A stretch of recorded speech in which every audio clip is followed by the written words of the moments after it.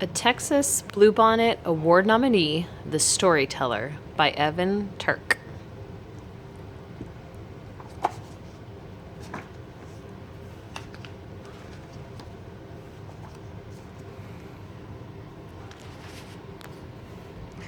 Long, long ago, like a pearl around a grain of sand, the fertile kingdom of Morocco formed near the edge of the great dry Sahara. It had fountains of cool, delicious water to quench the dangerous thirst of the desert, and the storytellers to bring the people together.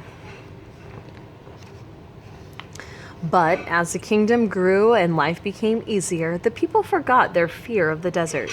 Soon they forgot the fountains and the storytellers too. One by one, the voices of the storytellers were drowned out by noise and silenced by age, and one by one, the fountains dried up. As the last fountain dried far away in the Sahara, a great wind began to stir. At the same moment, in the hot, dry south of the kingdom, a thirsty young boy made his way through the clamor and smoke of the great square to look for a drink, but no one had any water to give. Our fountains have run dry, the last water seller said. But here, take one of my brass cups. If you find water, you can drink and share it with others. As the boy walked home, a voice called out to him, "My boy, are you looking for something to drink?" A withered old man was perched on the edge of a dry fountain. "What fountain doesn't have any water?" the boy said. The man's face cracked like a dry mud to reveal a toothless grin. "Sit down, my boy, and your thirst shall be quenched." The old man's voice rumbled like a spring from deep within the earth, and he began. "Not so long ago, there was a terrible drought in the nearby villages. All the rivers and streams ran dry, yet one family always had enough, and they shared with anyone who asked. At first, the neighbors were grateful, but soon they became suspicious and greedy. One cunning neighbor decided to sneak her young daughter into the family's house to learn their secret. There she was met by a blind woman, pretending to be a woman's granddaughter, and she asked in her sweetest voice, "Won't you please tell me why we always have water?" The blind woman laughed a gravelly laugh. "Our family has never been in want of water, thanks to the great blue bird that lives in our courtyard. I was given the bird by my mother, and she by hers, and so on, back 1,000 years. And for 1,000 years, the glittering bird has always flown and found us water, no matter how dry the land becomes. But where did the bird come from?"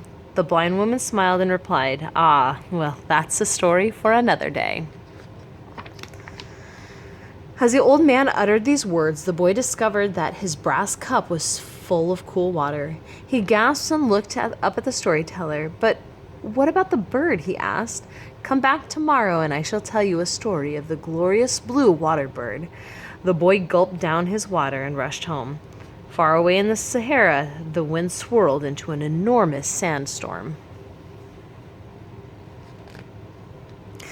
The next morning, the boy awoke at dawn and ran to meet the storyteller at the fountain again. "Would you like to hear the story of a glorious blue water bird?" he asked. The boy nodded, and the old man began. The next day, the little girl snuck in and asked the blind woman again, "Where did this bird come from?" "Ah, yes. Many years ago, my great-great-grandmother's great-great-grandmother was a carpet weaver. Our village again had a terrible drought, and people had to travel far to find the water. One day, a very old woman walked to the weaver's home with a bundle wrapped in cloth. "My dear, are you thirsty?" she asked. "Oh my, yes," the weaver replied. "We haven't a drop in our whole village." The old woman smiled and unwrapped her bundle to reveal a spindle of the most beautiful shimmering blue yarn. "I was once a weaver as well," she said, "but I have grown old and can no longer trust my hands. Please take this yarn and create something for people to hope for, and I promise your thirst will be quenched. Where did you come by this beautiful yarn?"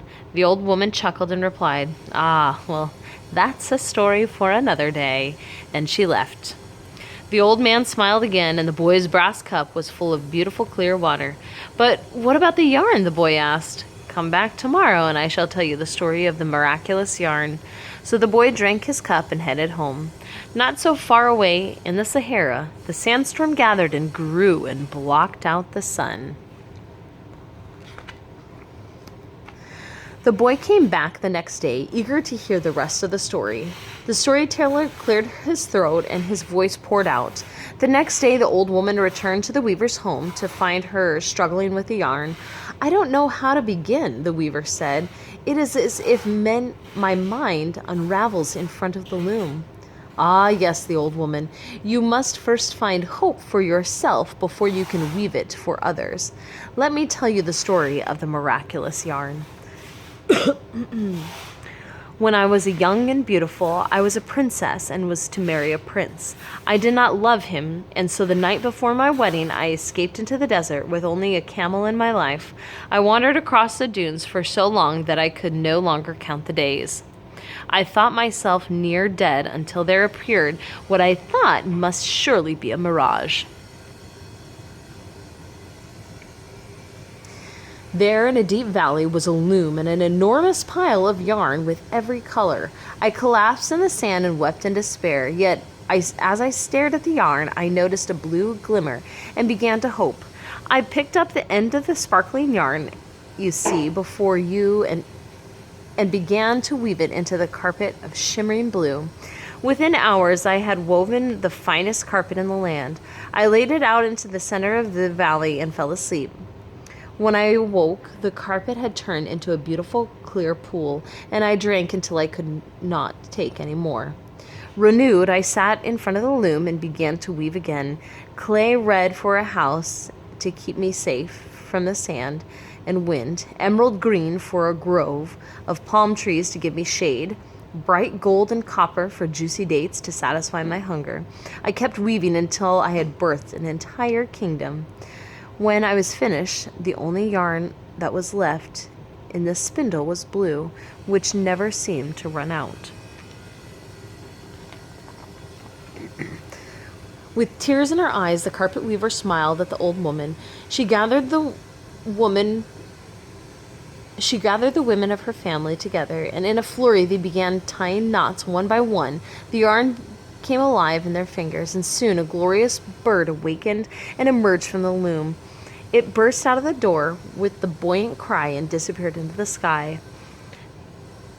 It returned only moments later, carrying buckets full of fresh water, clear water, which was poured into the well. Again and again it flew until the well overflowed and the village was saved. The little girl thanked the blind woman for her story. Then she crept out of the door to tell her mother, who hatched a plan to steal the bird. Late that night, the mother snuck into the neighbor's courtyard. There she had spied the most beautiful creature she had ever seen. Glittering like sapphire in moonlight, she fell to her knees and wept. The family came out into the courtyard to find their neighbor on the floor. "Goodbye, neighbor. Why do you weep? And why are you in our home?" "In greed, I came to steal this bird, but once it was in my presence, I was filled with hope instead. Reflected in its feathers, I saw myself."